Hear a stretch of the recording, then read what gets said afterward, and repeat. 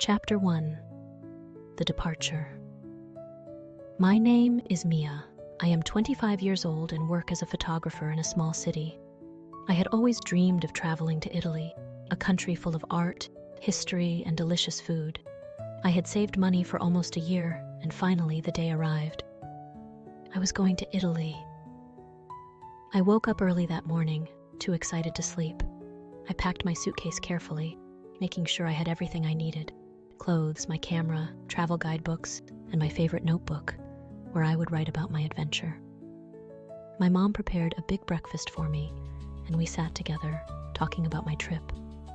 She gave me a warm hug and whispered, "Have the time of your life, Mia. Take lots of photos." At the airport, I felt nervous and excited. There were people everywhere. Some were saying goodbye, others were waiting for flights just like me. I looked around and imagined the stories of each person. Finally, my flight was announced. I took a deep breath, grabbed my boarding pass, and walked toward the gate. As the plane took off, I watched the city get smaller and smaller through the window. I felt a mix of excitement and nervousness. The idea of being alone in a new country was a bit scary, but I was ready for the adventure. Chapter 2. Arriving in Rome. After a long flight, I finally landed in Rome. The airport was bustling, filled with people speaking in Italian, a language that sounded like music. I went through customs, got my passport stamped, and soon found myself in the middle of a busy Italian street. The weather was warm, and the sky was bright blue. I smiled, feeling the energy of the city around me.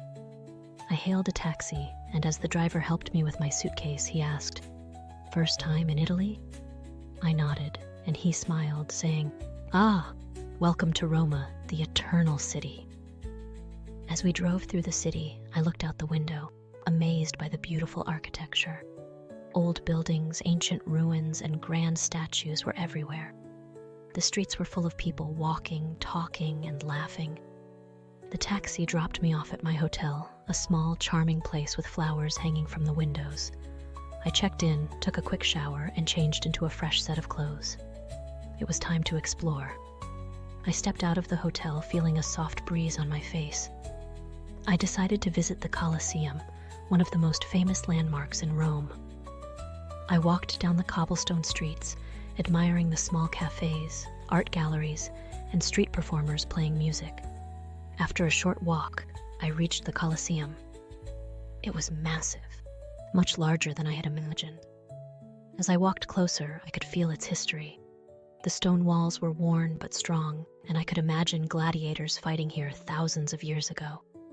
I joined a guided tour to learn more about the Colosseum. The guide, named Luca, was enthusiastic and passionate. He told us about ancient Roman history, explaining how this was once the heart of the city's entertainment. I took many photos, capturing the incredible structure from different angles. After the tour, I was starving. I decided to find a place to eat. Following the delicious smell of food, I found a small trattoria, a cozy, family-owned restaurant. I sat at a table outside, under a large umbrella, and a waiter soon brought me a menu. I decided to try something traditional, a plate of spaghetti carbonara and a fresh Italian salad. When the food arrived, I couldn't believe the smell. It was amazing. The pasta was creamy and delicious, with pieces of crispy bacon and fresh cheese sprinkled on top. I took my time, savoring each bite. As I ate, I watched the people around me.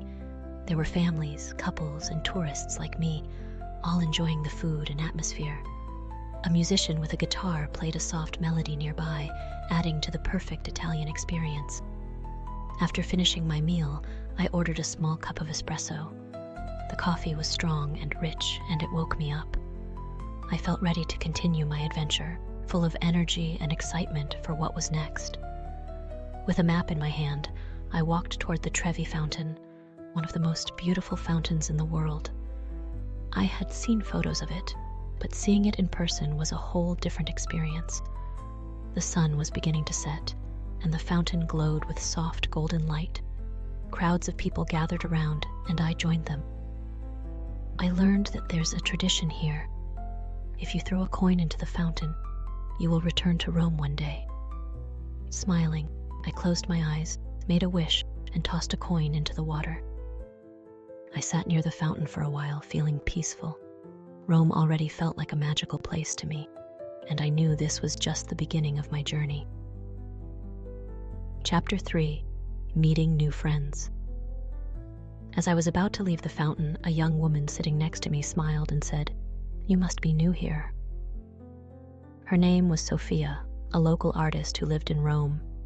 She was friendly and talkative, and soon we were chatting like old friends.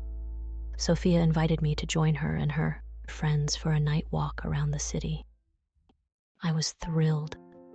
Together, we explored more of Rome, visiting narrow streets, hidden squares, and small bakeries that smelled like fresh bread. We talked about everything, from my life back home to Sophia's art and the beauty of Rome. By the end of the night, I felt like I had made a true friend. The next morning, I left Rome to visit Florence, another city I had always wanted to see. I took a train, sitting by the window to watch the beautiful Italian countryside go by. Rolling green hills, vineyards, and small villages with red-roofed houses passed outside. Everything looked like a painting. On the train, I met an older couple, Roberto and Maria.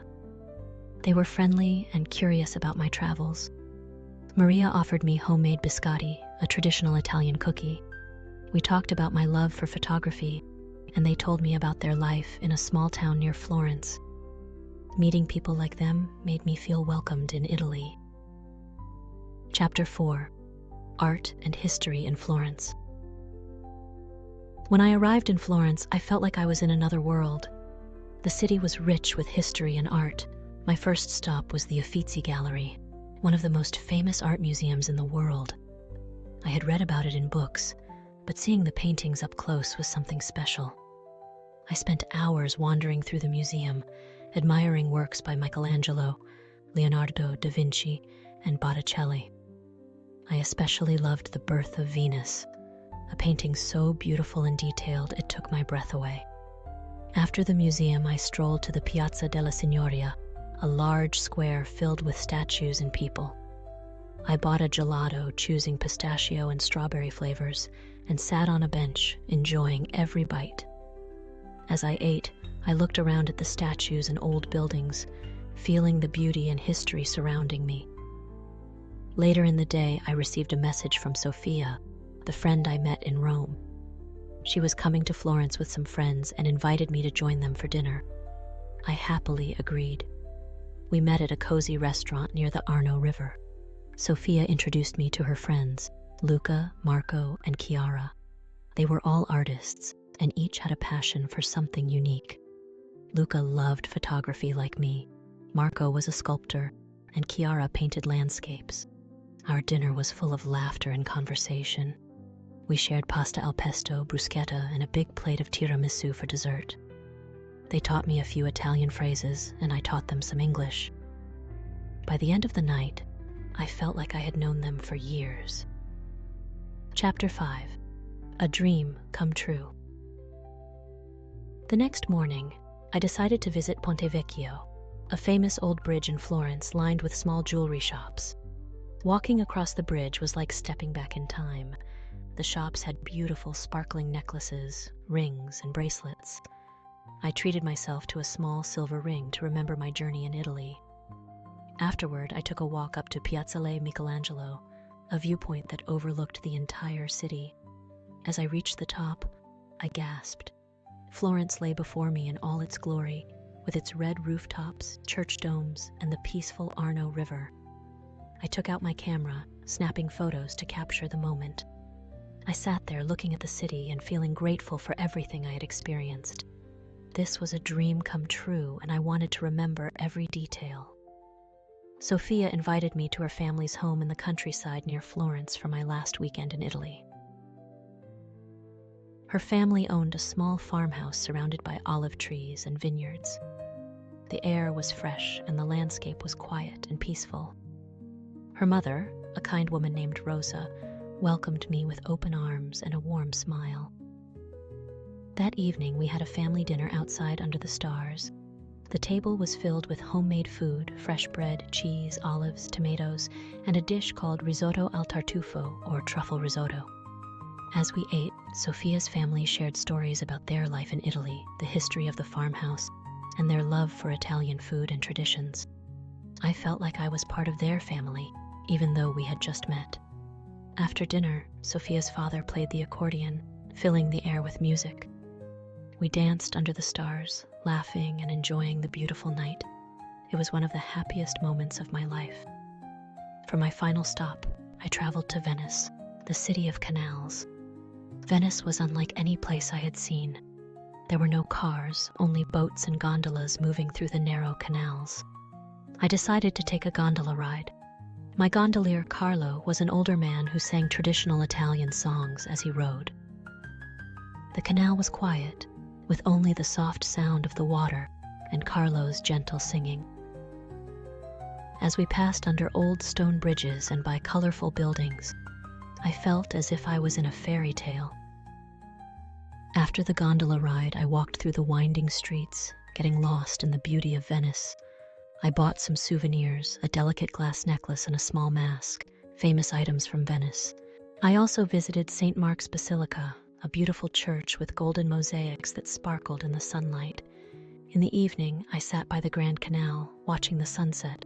The sky turned pink and orange, reflecting on the water, and I felt a sense of peace and happiness. Chapter 6. Goodbye, Italy. As my journey came to an end, I felt bittersweet. Italy had become a special place in my heart, and I wasn't ready to leave. I had made wonderful friends, seen incredible art and history, tasted delicious food, and learned so much about the Italian way of life. On my last night, I wrote in my notebook, capturing every memory, every moment of joy, and every new thing I had experienced. I wrote about Sophia, her family, the cities, the countryside, and the sunsets I had seen. Italy had given me a gift, not just in memories, but in a new way of seeing the world. At the airport, I hugged Sophia and her friends goodbye. "You have a family in Italy now," Sophia said, smiling. As the plane took off, I looked out the window, watching Italy fade into the distance. I knew I would return one day, but for now, I had a suitcase full of memories and a heart full of joy. Vocabulary for beginners. 1. Excited, feeling very happy and eager.